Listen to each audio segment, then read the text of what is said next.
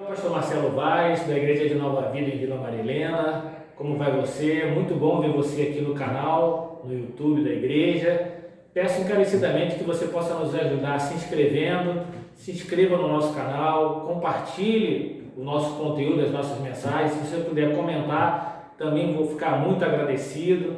Na descrição você vai ter todos os canais e as redes sociais da nossa igreja. Também, se você quiser ajudar o ministério de maneira financeira, também tem a chave Pix, e que você possa ser abençoado através desse vídeo, rica e abundantemente. Até abrir a sua palavra de Êxodo 33. Vou pedir para você também uma paciência de Jó, se puder, porque a gente vai ler o Êxodo, esse capítulo todo. Êxodo 33.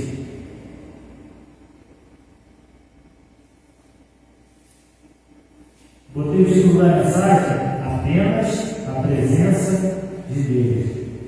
É o título da mensagem, que está no livro de Êxodo, capítulo 33. Amém? Êxodo 33. Peço a sua paciência que a gente vai ler esses 3 versículos. E para você prestar bastante atenção no que a gente vai ler. Amém. Diz a santa palavra do Senhor assim: O Senhor disse a Moisés: Suba deste lugar, você e o povo que você tirou da terra do Egito, e vá para a terra a respeito da qual jurei a Abraão, a Isaque e a Jacó, dizendo: Eu darei a sua descendência. Enviarei o anjo adiante de você, e expulsarei os cananeus, os amorreus, os heteus, os ferezeus, os heveus e os jebuseus. Vão para uma terra que manda leite e mel. Eu não irei no meio de vocês, porque vocês são um povo teimoso, para que eu não os destrua no caminho. Quando o povo ouviu estas más notícias, pôs-se a prantear, e nenhum deles usou os seus olhos, porque o Senhor tinha dito a Moisés: Diga aos filhos de Israel: Vocês são um povo teimoso. Se eu fosse com vocês, ainda que por um momento eu os destruiria. Portanto, tirei suas joias, para que eu saiba o que eles faziam com vocês. Então, os filhos de Israel tiraram de si suas joias, desde o monte Horebe em diante. Ora, Moisés costumava pegar a tenda e armá-la para si, fora, bem longe do arraial. Ele a chamava de tenda do encontro. Todo aquele que buscava o Senhor saía à tenda do encontro que estava fora do arraial. Quando Moisés saía para a tenda, fora, todo o povo se erguia, cada um em pé à porta da sua tenda, e seguiam-no com os olhos até entrar na tenda. Quando Moisés entrava na tenda, descia a coluna de nuvem, e punha-se à porta da tenda, e o Senhor falava com Moisés. Verso 10. Todo o povo via a coluna de nuvem e se detinha à porta da tenda. Todo o povo se levantava, e cada um à porta da sua tenda adorava o Senhor. O Senhor falava com Moisés face a face, como quem fala com o seu amigo. Depois Moisés voltava para o arraial, porém o moço Josué, seu auxiliar, filho de Nun, não se afastava da tenda. Moisés disse ao Senhor: Eis que guias para conduzir esse povo, mas não me disseste quem enviarás comigo. Disseste: Eu conheço você pelo nome, e você alcançou favor diante de mim. Agora, se alcancei favor diante de ti, peço que me faças saber neste momento o teu caminho, para que eu te conheça e eu tenha favor diante de ti. E lembra-te que esta nação é teu povo. Deus respondeu: A minha presença irá com você, e eu lhe darei descanso. Então Moisés disse: Se a tua presença não for comigo, não nos faça sair deste lugar. Pois como se poderá saber que alcancemos favor diante de ti, eu e teu povo? Será que não é o fato de andares conosco, de maneira que somos separados, eu e teu povo, de todos os povos da terra? O Senhor disse a Moisés: Farei também isto que você falou, porque você alcançou favor diante de mim, e eu conheço o teu nome. Então Moisés disse: peço que me mostres a tua glória. O Senhor respondeu: farei passar toda a minha bondade diante de você, e proclamarei o nome do Senhor. Terei misericórdia de quem eu tiver misericórdia, e me compadecerei de quem eu me compadecer. Verso 20. E acrescentou: você não poderá ver a minha face, porque ninguém verá a minha face e viverá. Disse mais o Senhor: eis aqui um lugar perto de mim, onde você ficará sobre a rocha. Quando a minha glória passar, eu porei você numa frente da rocha e o cobrirei com a mão, até que eu tenha passado. Depois, quando eu tirar a mão, você me verá pelas costas, mas a minha face ninguém verá. Louvado e agradecido seja o Senhor, Deus, Senhor, desse local, dessa igreja, Deus de cada um de nós. O Senhor, que é todo-poderoso, digno de louvor e adoração, digno, Senhor, de tudo que expressamos aqui, o nosso amor, a nossa alegria, Pai, o nosso contentamento. Nós, nesse momento, queremos te pedir, Pai, encarecidamente, Senhor, que o Senhor possa falar aos nossos corações, que o Senhor possa, em nome de Cristo, Senhor, falar a cada um de nós, Senhor, que possa ser uma palavra de cura, de libertação, de transformação, que possa ser uma palavra que quebre grilhões, que desamarre as correntes. Pai, em nome de Cristo, que possa ser uma palavra de crescimento, que nós possamos, em nome de Jesus, sermos alimentados pela Tua palavra. Transmite a nós, Senhor, a necessidade que nós temos de ter a Tua presença, Pai. Espírito Santo, ministra sobre as nossas vidas.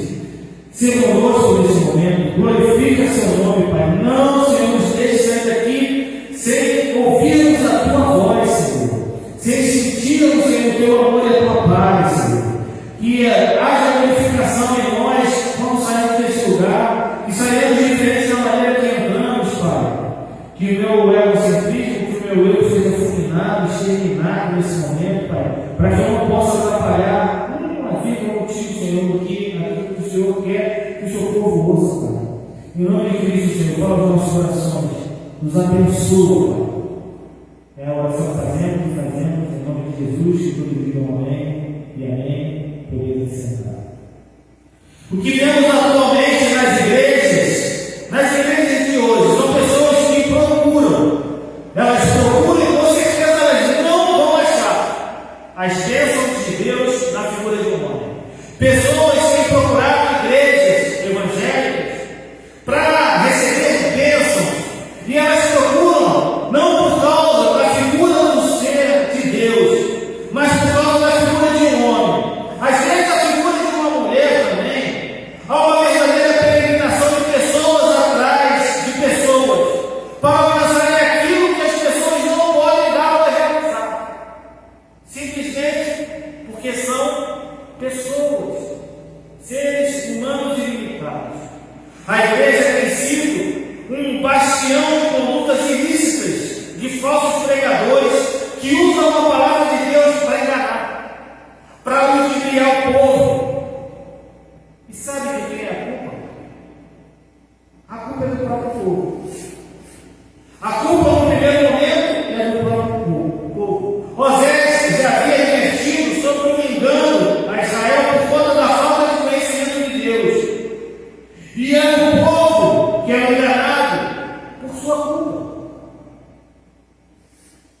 Depois que frustram as suas expectativas, porque as lançam sobre os homens, sobre seres humanos, as pessoas que procuram as igrejas por causa das bênçãos de Deus, e aí, na expectativa, a frustração quando olham para o homem e para a mulher e veem que ali dali não vai sair nada, não vai dele, porque o poder emana daquele que está nos céus. Não que ele não possa usar o irmão, a irmã, não que ele não possa usar as pessoas, ele, claro, ele sempre utiliza, mas o poder emana dos céus do Senhor, do Todo-Poderoso. E as pessoas, quando se frustram com suas expectativas, por conta das bênçãos que elas procuram, por causa das expectativas que lançam sobre os homens, elas simplesmente deixam de procurar a Deus. Elas deixam de procurar a Deus porque elas querem encontrar o Senhor no lugar errado. O lugar certo de procurar o Senhor também não é na igreja. Não, eu vou na igreja, lá está o Senhor. Não é na igreja. O templo é feito de mãos, é feito de cimento. Não são as pessoas da igreja. Mesmo aquela que você olha e fala assim, eu queria ser que nem aquela irmãzinha ali. Eu queria ser que nem aquele homem ali, chega, que está aí, está orando. A irmãzinha, todo tipo de oração, é uma bênção. Mesmo as mais fiéis e crentes, não é possível encontrar. Não é possível encontrar Deus. Também não é nas bênçãos de Deus que você vai encontrar Deus. A maior necessidade da igreja é o próprio Deus, é a figura de Deus, é a presença de Deus. A igreja precisa e muito, e necessita e muito de Deus.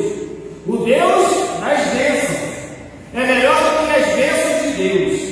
A igreja de hoje, ela mudou a sua ênfase. A igreja hoje, ela está perdida.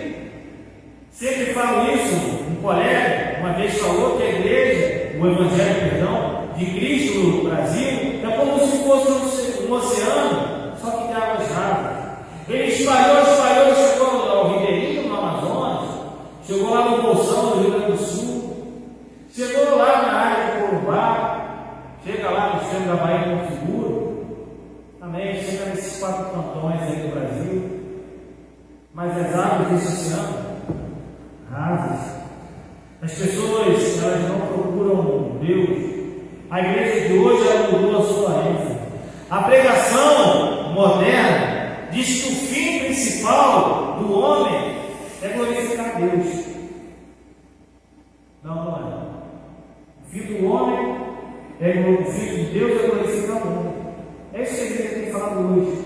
O evangelho moderno tem ensinado que é Deus que está a serviço do homem, e não o homem é a serviço de Deus.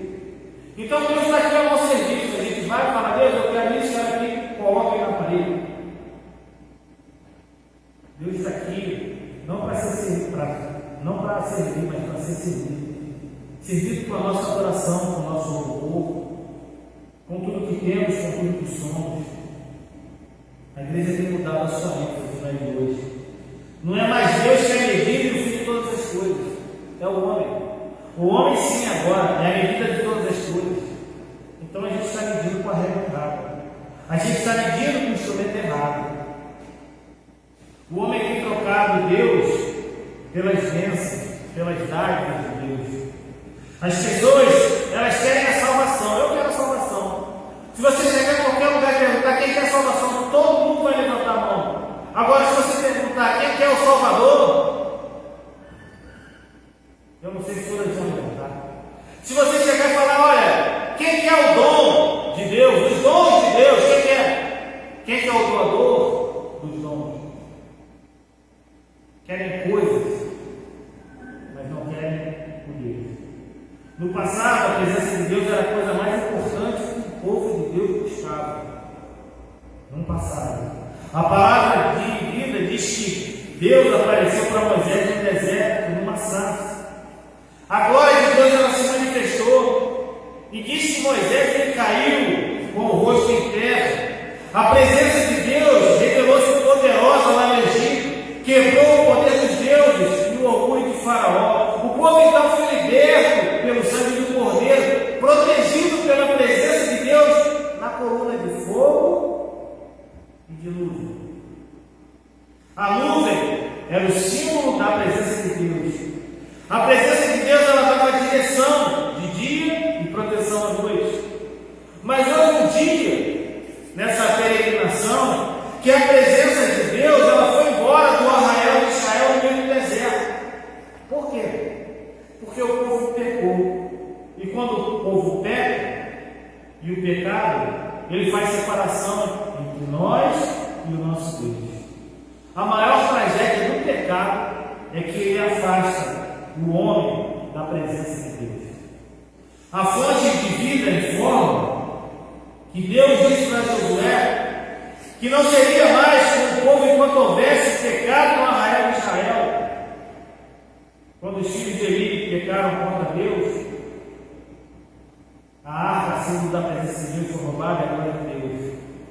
A presença de Deus se afastou do povo. No tempo de Ezequiel, a glória de Deus também se afastou da cidade, do templo, do monte. E aí o povo foi levado ao cativeiro. Toda vez que o homem peca, em qualquer momento da história, Deus se afasta. Deus,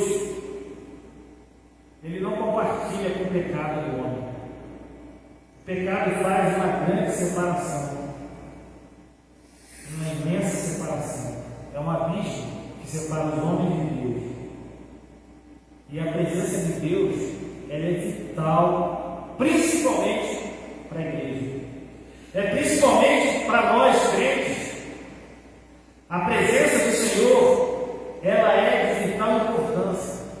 O que nós mais desejamos e devemos desejar todos os dias, não são as bênçãos, não são as lágrimas, não é o ar que respiramos, claro que isso não impede que a gente pedir, não é o trabalho, não é o emprego, o que mais a gente necessita, enquanto ser humano, enquanto homem e mulher, enquanto homem e mulher de Deus, enquanto igreja, é da presença de Deus. A falta da presença de Deus no coração do ser humano traz tudo isso que a gente está vendo: guerra, peste, inimizade, briga de família. Tem trazido tudo isso, quebra de valores. E a igreja, ela necessita desesperadamente da presença de Deus. As nossas vidas, elas serão vazias, os nossos cultos, eles serão sem vida. Por isso eu não me preocupo se tem pouca, se tem muita gente na igreja. Eu me preocupo com a qualidade daquilo que a gente traz, da vida que a gente traz, daquilo que a gente faz na nossa prestação de culto, que é adorar o Senhor. Entendendo que a presença dele se encontra aqui. Mas se a presença do Senhor não estiver no culto, não estiver na igreja, nossos cultos serão sem vida. As nossas músicas serão sem unção. E as nossas mensagens, elas simplesmente serão mortas, se Deus não estiver presente. Muitas vezes a gente confunde a onipresença de Deus com a presença manifesta de Deus. Deus está em todos os lugares, mas Deus não se manifesta em todos os lugares ao mesmo tempo. Ele pode aparecer se quiser, mas o homem, ele consegue, ele tem essa, parece que é uma coisa que é do homem, ele consegue fazer isso com Deus. Deus está em toda parte, mas Deus não está em toda parte com a sua presença manifesta. Quando Deus está entre o seu povo, dá para ver, é notório. É notório quando Deus está no meio do povo. Muitas vezes nós falamos para as pessoas que Deus está entre nós. Elas veem, sabe o que elas fazem? Elas não veem Deus na nossa vida. Por causa da nossa conduta, por causa do nosso andar, por causa do que fazemos. Então elas chegam à conclusão que a gente está numa propaganda enganosa. Por isso que as pessoas têm pulado de igreja em igreja, de igreja em igreja, e às vezes não têm encontrado aquilo que elas necessitam tanto, que não são as coisas que às vezes elas procuram, mas sim a presença. E aquelas que procuram a presença também não encontram. E aí, quando acontece isso, aquele que está com a fé um pouco mais fraquinha, que está querendo, né, andar no caminho do Senhor, ele entende como uma propaganda enganosa. Porque a gente diz que tem pão na casa do pão, e não tem pão na casa do pão. A gente tem forno frio, a gente tem prateleira vazia, a gente tem receita apenas de pão, mas não tem pão. Está lá a receita, mas não tem pão. Está aqui a receita, mas cadê o pão? Quando Deus se agrada de nós, a gente pode dizer como Josué e Caleb: se o Senhor se agradar de nós, podemos. O homem, ele busca Deus e faz barganha com o pecado. Ele quer abraçar as duas coisas. E aí eu estou falando do ser humano, enquanto ser humano. Ele quer trabalhar com as duas coisas ao mesmo tempo. Ele quer Deus, mas ele quer barganhar com o pecado. Não, mas é só isso aqui. Às vezes só isso aqui atrapalha todo o resto da sua vida. O pecado, ele afasta a presença de Deus no meio do seu povo. No texto que a gente leu, a impaciência do povo levou o povo a buscar outro Deus. E hoje não é muito diferente não, porque a gente quer tudo para agora, tudo para hoje. Tem que ser tudo instantâneo. Tem que ser tudo. Deus tem que ser o Deus do fast food, jogo rápido. É Deus da internet. Tem que ser tudo na hora. Aquele povo estava esperando 40 dias. Hoje, se a gente pensar 40 dias, poxa, um dia desse, né? E nada de vai desaparecer. Então o povo fica impaciente. Não tem paciência. Vai falar com o responsável. Ô Arão, papai, faz alguma coisa aí, mas ele está aqui não. Deixou a gente aqui no deserto de nada. Arão, responsável, faz um bezerro de ouro. Eles passam a adorar esse Deus, entregam-se à prática ostensiva de pecado, bebedeira, dança. Isso é rebelião contra Deus. Abandonaram Deus, desprezaram Deus. E 40 dias é muito rápido, é muito depressa para abandonar o caminho do Senhor.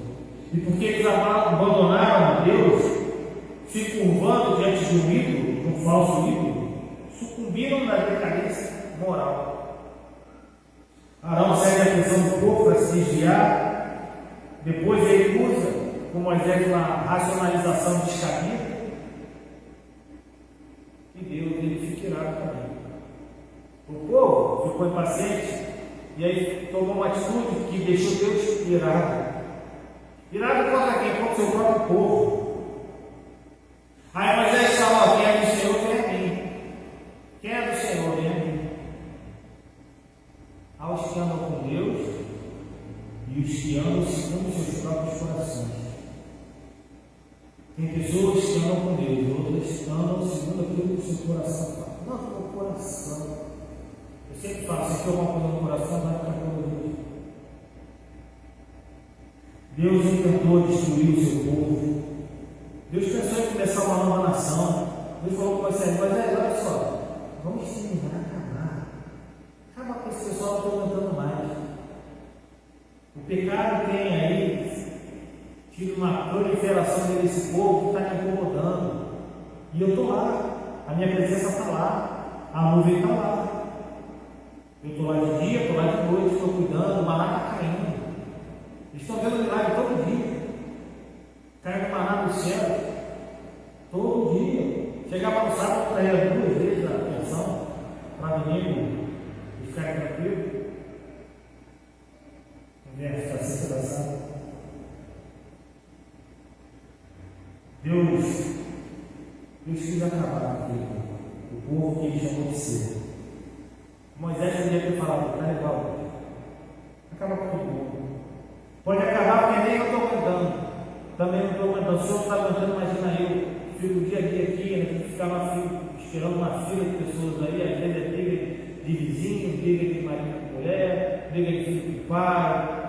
E a gente está no deserto, ninguém tem propriedade de nada. Mas Moisés preferiu fazer diferente. Ele falou: Senhor, eu vou interceder pelo povo. Intercede pelo seu povo. E Deus, por amor a Moisés, ele concedeu essa vontade de Moisés. Só que ele falou: olha, eu vou conceder isso, mas eu não vou mais para você não. Eu não vou mais.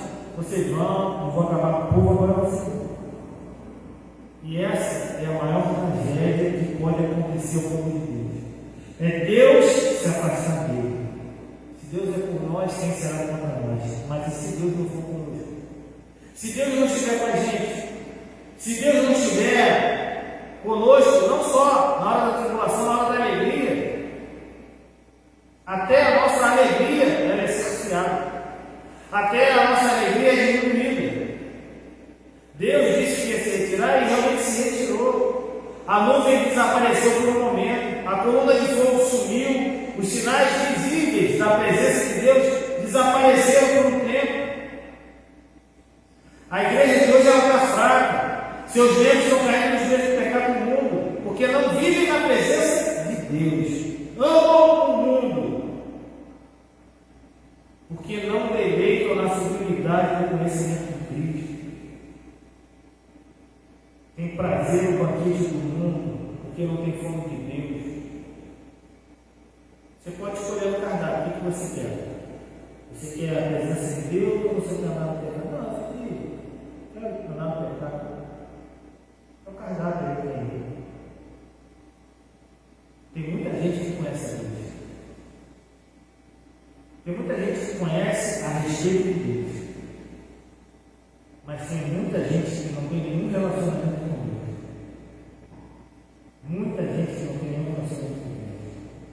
A gente tem que fazer um diagnóstico na nossa vida para ver essa questão da nossa necessidade. E aí, quando eu falo nossa, eu estou falando da igreja no todo, muito obviamente também. Porque o homem tem que se afastar cada vez mais da presença de Deus. E a nossa maior necessidade é a presença do Senhor. Diz lá que quando o povo ouviu essas más notícias, que Deus não ia pôs-se a plantear em nenhum deles os olhos com joias. Ficaram com medo porque eles fizeram com as joias deles. Os filhos de Israel se arrependeram. Eles acabaram caindo em si, olharam o que tinham feito, desprezaram-se. Por isso, compreenderam que haviam trazido tragédia sobre as suas cabeças. A gravidade do pecado chegou até eles. E quando a gente peca contra Deus, o peso que vem sobre a nossa vida é algo que às vezes é insuportável. Porque o pecado ele traz vergonha e opróbrio sobre nós. O pecado vem a santidade de Deus, o pecado provoca a ira de Deus. Quando o povo redimido de Deus se rebela e peca contra Deus, meu irmão, isso é uma calamidade. Isso é uma calamidade. Hoje existe uma visão superficial da malignidade do pecado, porque a gente está se acostumando com o pecado. Tem gente que não tem nem saudade de Deus, não sente fome de Deus, não percebe que a glória de Deus se afastou. Às vezes a gente não sente a presença de Deus e a falta dessa presença.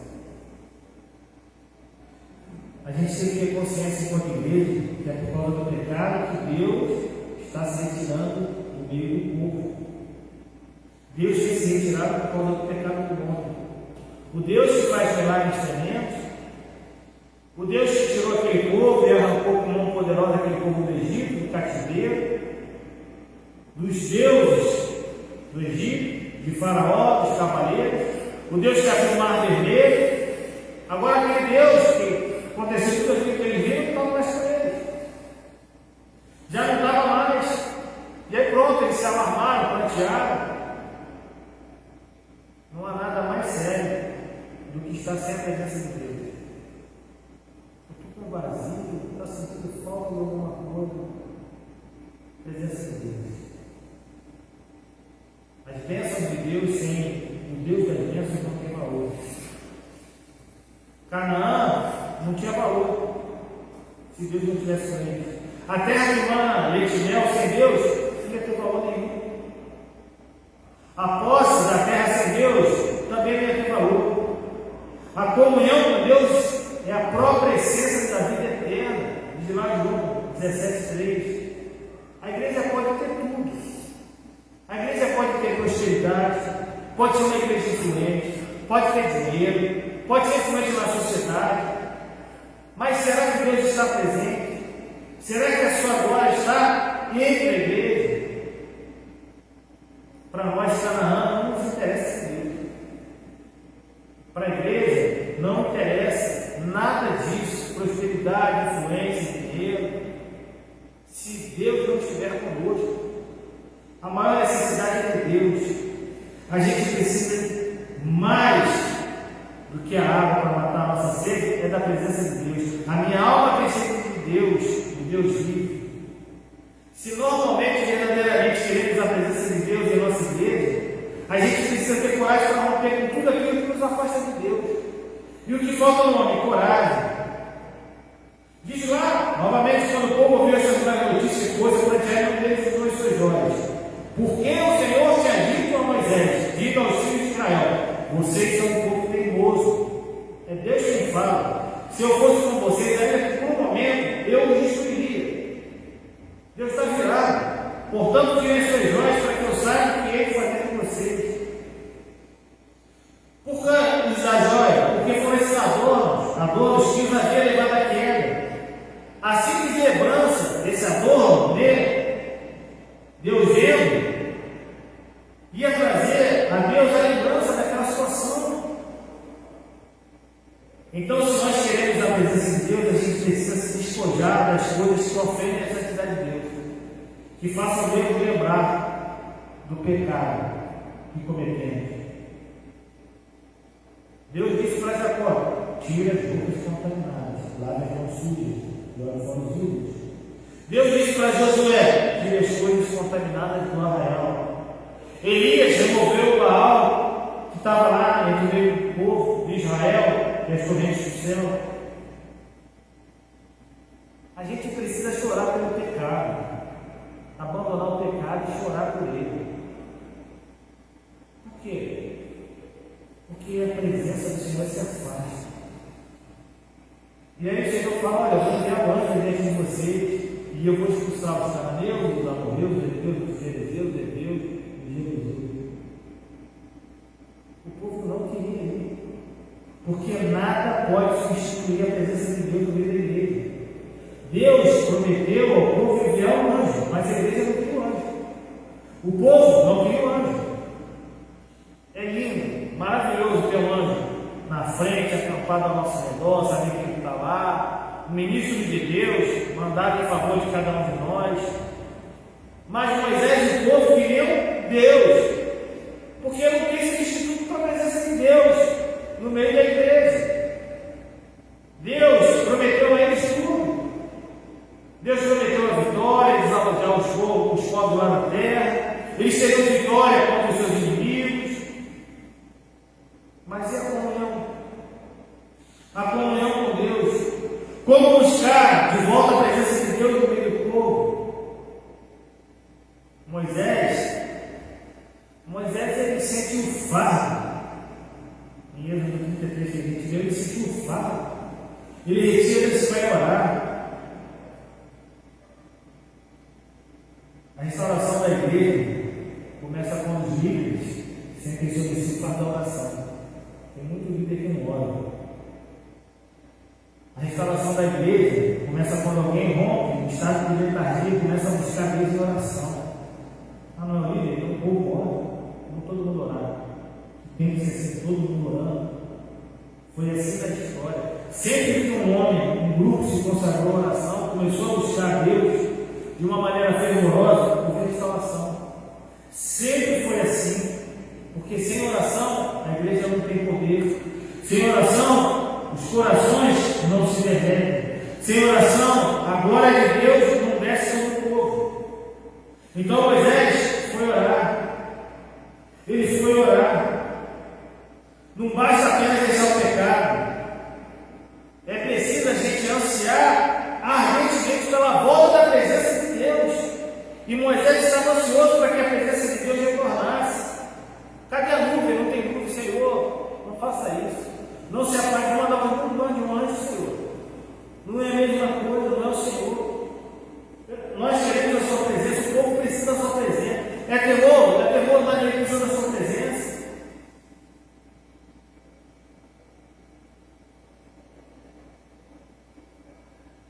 Diz a palavra aqui, 33:7, todo aquele que buscava ao Senhor saía à tenda da congregação. Nem todos foram à tenda da congregação, mas houve pessoas que sentiram o mesmo fardo que Moisés sentiu e foram buscar a presença de Deus. E é importante a gente notar que eles não se contentaram em orar em suas próprias tendas. Eles tinham um lugar específico para se reunir em oração. Por isso que existe a igreja na terra, e essa reunião, e essa prestação de culto. A igreja primitiva não podia fazer o que a gente faz hoje. Ela orava no embate, depois passou a orar nos templos. Alguns outros não foram na tenda para orar, mas viram aqueles que tinham fome de presença de Deus entrando na terra. Tem gente que está esperando a igreja toda orar. vem e começa a orar por ele, para ver como é que as pessoas também serão impactadas. Ah, mas Moisés tinha uma oração excelente. Moisés orava a Deus continuamente. Está lá, Êxodo 33:7. Ele era um homem de oração, costumava tomar tenda, armava para si fora do arraial, está falado. Mesmo diante da crise espiritual do povo, ele tinha a sua vida íntima de oração. E Deus falava com ele face a face. Está lá no verso 11 que a gente viu.